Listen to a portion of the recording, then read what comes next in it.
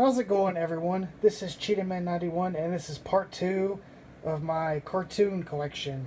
Today, I'm going to be showing the cartoons I have that were released by Fleischer / Famous Studios. If you're wondering why I'm just doing those two, there's actually a history between those two studios, but I'm not going to talk about it here. I don't think I'm going to have enough time, so just, you can look it up on YouTube, or hell, you can ask me on stream. I can talk about it there. So let's just get started. First off, we have Max Fleischer's Superman. I actually put off my video for this just so I could waiting for this to come in the mail. I actually have the Superman cartoons on DVD, but I wanted to didn't want to show that one off. Wanted to get the Blu-ray just to see what these were like. And yeah, they're pretty significant compared quality upgrade compared to the DVD. Like the DVD prints were very colorful, but I don't know, they a lot of wear and tear on them. For this Blu-ray, obviously they've all been removed, and these cartoons look fantastic. And these deserve it because if you never seen these before, I mean the animation just, in my opinion, is the best you'll find outside of Disney, and just very good shorts in general. One thing though to note is that the Fleischer shorts are the better ones in my opinion. Those are the first 9. After that, the Famous Studio shorts, you start getting into more propaganda territory. You got Superman fighting the Japanese and the Nazis. Yeah, not quite as interesting in my opinion. And you also have the special features. I haven't seen the new Doc Little featurette, but I've seen the other one. Yeah, it's pretty throwaway in my opinion. Not much to say, but yeah, I would definitely recommend this, even if you have the DVD set, because the restoration work here is very good. Just can't recommend it enough. And now we're getting into my series. Oh, we got 4. I guess we'll just get started with the first one. We got Betty Boop Volume 1, Volume 2, Volume 3, and Volume 4. These were released, I think, in some company called Olive Films. Never heard of them, but they do a lot of stuff that Paramount owns the rights to. Yep. I guess we'll do them in order. Here's the back side. No special features for these, unfortunately, just the cartoons themselves. But the restorations, like Superman, are extremely good. The only thing is that they are a little grainy. Plus, most of these don't have the original Paramount logo at the beginning. You have because these were sold to I think it was called UM&M Television back in the mid-50s, so you get those logos instead. Plus, the copyright bylines are changed, the endings are different. But other than that, the cartoons are the same. I guess I'll just go through and talk about these individually. Yep, they all come with about 12 or 13 cartoons, and yep, there's all the ones you get here. I will say one thing about the Betty Boop franchise. Yeah, if you're going to watch these cartoons, I would recommend the ones released before 1935. Yeah, or specifically the ones from the pre-code era. That's, if you don't know what the pre-code is, that's an era in Hollywood with less censorship. A lot of classic Hollywood films. You ever notice how they don't swear, they don't do drugs. They always have happy endings. They never talk about sex or anything like that. Or if they do talk about sex, they talk about it in a very roundabout way. That's the ones you want here. The pre-code Boop shorts, have very risque content, very bizarre in general. Just, I don't know. Early Fleischer cartoons were just extremely, just very bizarre, very imaginative. Really the reason why they're worth watching, in my opinion. And thankfully, Volume 1 here features a shitload of pre-code shorts. In fact, only the last 3 are from the post-code era. Well, the 9th one, in my opinion, is pretty throwaway because it's just a compilation short. Yeah, this one has very good shorts, very bizarre ones. Especially ones like Betty Boop, MD, Chestnuts, the Penthouse one. Yeah, just very strange. Definitely worth watching. They're not really, I wouldn't call them cartoons and gag-oriented cartoons, but other stuff, like the Looney Tunes or whatever. But they're definitely worth watching. Yeah, like I said, this is a very good set. And I guess we'll take a look at Volume 2 here. This is Volume 2, and yeah, I guess we'll just I already saw. Wait for it to focus. Come on. There we go. About damn time. And here we have Part 2, which, yeah, this one basically, once again, features a whole lot of pre-code shorts. In fact, we even have Boop's first short, which Dizzy Dishes. Not the best one, in my opinion. I don't know. The animation, that one's kind of rough, but I can give it a pass because it's 1930. We also have Bimbo's Initiation, which is one of the more well-known Fleischer cartoons. Nice to have that one on there. Really, all of these cartoons are worth watching. Even the postcode shorts. I mean, yeah, a lot of like weird pre-code ones. Like I said, a lot of these don't really have much in the way of plot either. It's just an excuse to show off, just very strange animation. But yeah, Volume 2 is definitely worth checking out. And I guess we'll move on to Volume 3. We already saw the front of that. I guess we'll flip it over. Yeah, Volume 3 is an interesting one because this has 4 cartoons featuring jazz singers. Yeah. Like you got Minnie the Moocher. That one features Cab Calloway. I'll Be Glad When You're Dead features Louis Armstrong. That's a fucking weird one. I would look that one up if you're interested. You have The Old Men of the Mountain, another Calloway short. And then I Heard features some singer named Don Redman. Never heard of him, but hey, I like that short too. And once again, this one, yeah, not as many pre-code shorts. Only half of them are. Like the rest of them, up to Ha Ha Ha. That one's fucking weird. Another cartoon that has no plot whatsoever. Like I said though, this one has a lot of postcode shorts. Yeah, at least they went with good ones, I guess. But I don't know. Like most historians would agree, and I guess fans in general would agree that like the postcode boob shorts aren't the greatest. They're more gag oriented, which I don't know. That doesn't really work well for this character. I think just the weirdness and the risque, nature of them is why people watch them. But yeah, this one's still worth it though for the jazz-oriented cartoons. I mean, Minnie the Moocher is a pretty well-regarded short, so like I said, all the jazz-oriented ones are like sort of like early music videos in a way, to be honest with you, and also features some very early footage of some of these musicians and singers. So interesting from a historical perspective. So yeah, that definitely makes up for all the postcode shorts. But like I said, at least they picked out some decent ones. And I guess last but not least, here we have Volume 4. Yeah, this is the worst one in my opinion. I guess we'll take a look at the cartoons here. Oh, wait a minute.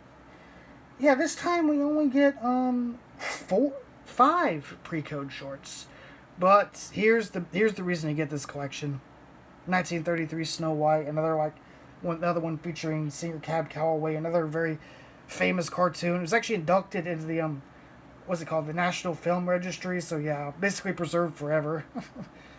And we got a bunch of just postcode shorts. Yeah, some of them are good, some of them are pretty throwaway. Like Riding the Rails is pretty throwaway. Yeah, Sally Swings got good music, but kind of throwaway. Yeah, just a mixed bag overall. A Red Hot Mama, that's a good pre-code short as well. So yeah, this one's like a flawed set, but the weakest one. But hey, it's worth getting for Snow White in my opinion. So now that we're done with Betty Boop, let's get on to Fleischer's real moneymaker. Oh yeah. This is the series here that they're probably most famous for. I mean, the one that most people have probably seen. Yep, old Popeye the Sailor, based off of the comic strip. Yeah, he's not actually a cartoon character. Came from, I think, Thibble Theater was the name of the comic. This is not the original release for this DVD. This is a reissue. I think the original release had nicer packaging. But yeah, this comes with a lot of shit. Oh my god. Like 60 cartoons, I guess you can see here. Like, god, so many fucking special features. I mean, you got 2 full-length documentaries. I've seen the Popeye one. That one's good. I haven't seen the other one. Like a bunch of bonus shorts, like basically silent cartoons. And yeah, a bunch of commentaries.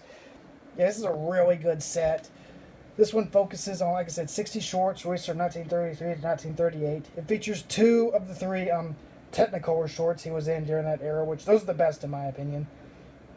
And yeah, just overall, like a very good set. My only complaint is I think they could have done a better job with the restoration for the DVDs, like especially the black and white cartoons. I mean, the color ones, like Sinbad the Sailor and Alibaba look great, but the black and white ones, yeah, I feel like they could have put more work in them. They're a little jittery at times, but it'll do. Like I said, and this is really, in my opinion, the best of the Popeye DVDs and Blu-rays you can get. Really, the character it is, the series at its creative and commercial peak. So, yep. Also got all the famous voice actors. So it's kind of weird because this was actually, Popeye actually had another voice actor. Yeah, he was originally voiced by some guy named William Costello.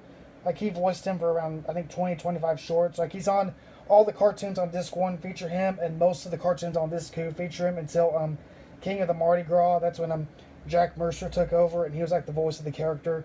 Basically voiced the character until his death in the 80s, except for a stint buried in World War II when he was drafted.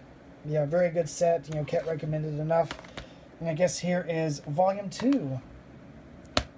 This is 1938 to 1940.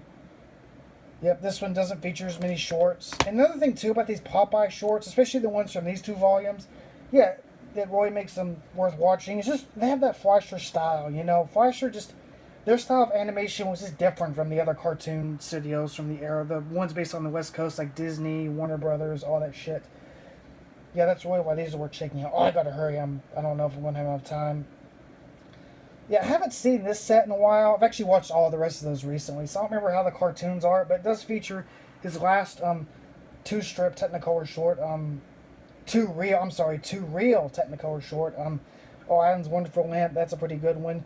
Yeah, from what I remember, these cartoons are good, but like the later ones, you know, Fleischer started going away from like their distinctive style and starting to emulate like the West Coast more, like more streamlined, and yeah, not quite as good as my opinion. In my opinion, yeah, from what I remember, this is still a good set. Like I said, plenty of special features. You got a documentary about Fleischer. I think you do. Yep, that's a very good documentary. We'll check that out if you can find it. Like I said, a lot of featurettes and other stuff. So yeah, it's a good set. Not as good as Volume 1, but still, it's still worth checking out. And here we have Volume 3. This features the last of the Fleischer shorts and the black and white Famous Studio shorts. Now, by this point, you know, the Fleischer style was gone. Like, they were just like by this point, they felt more like your typical, like I said, West Coast Hollywood cartoons, like Looney Tunes and shit. But yeah, anyways, probably the most notable thing about these cartoons, other than being the last ones in black and white, as it says here, Popeye Goes to War. This one features like a lot of the propaganda shorts, most of the propaganda shorts of the era, where he's fighting like the Nazis and Japanese and all that good stuff. Like I said, this is a good set, but yeah, it's the weakest one because it's moving away from the Fleischer style. But it's got some good ones on here. Like, I don't know. I have to watch this one again. It's been a while since I've seen it. But yeah, obviously got some great commentaries as usual, and some bonus shorts. Haven't seen those though. I haven't seen the documentary either about the silent cartoons. But yeah, this is a good DVD. And now we move on to the color era. Yep, this is Volume 1 from the 1940s, and I guess I'll show off the other ones as well. Here's 2 and 3. Yeah, I don't know. I'm not going to go through these individually because honestly, I don't remember a ton about them. It's been a while since I've seen them, but I guess here's the back if you want to look at it. Hopefully you can read it. I know it's hard to see with this phone camera.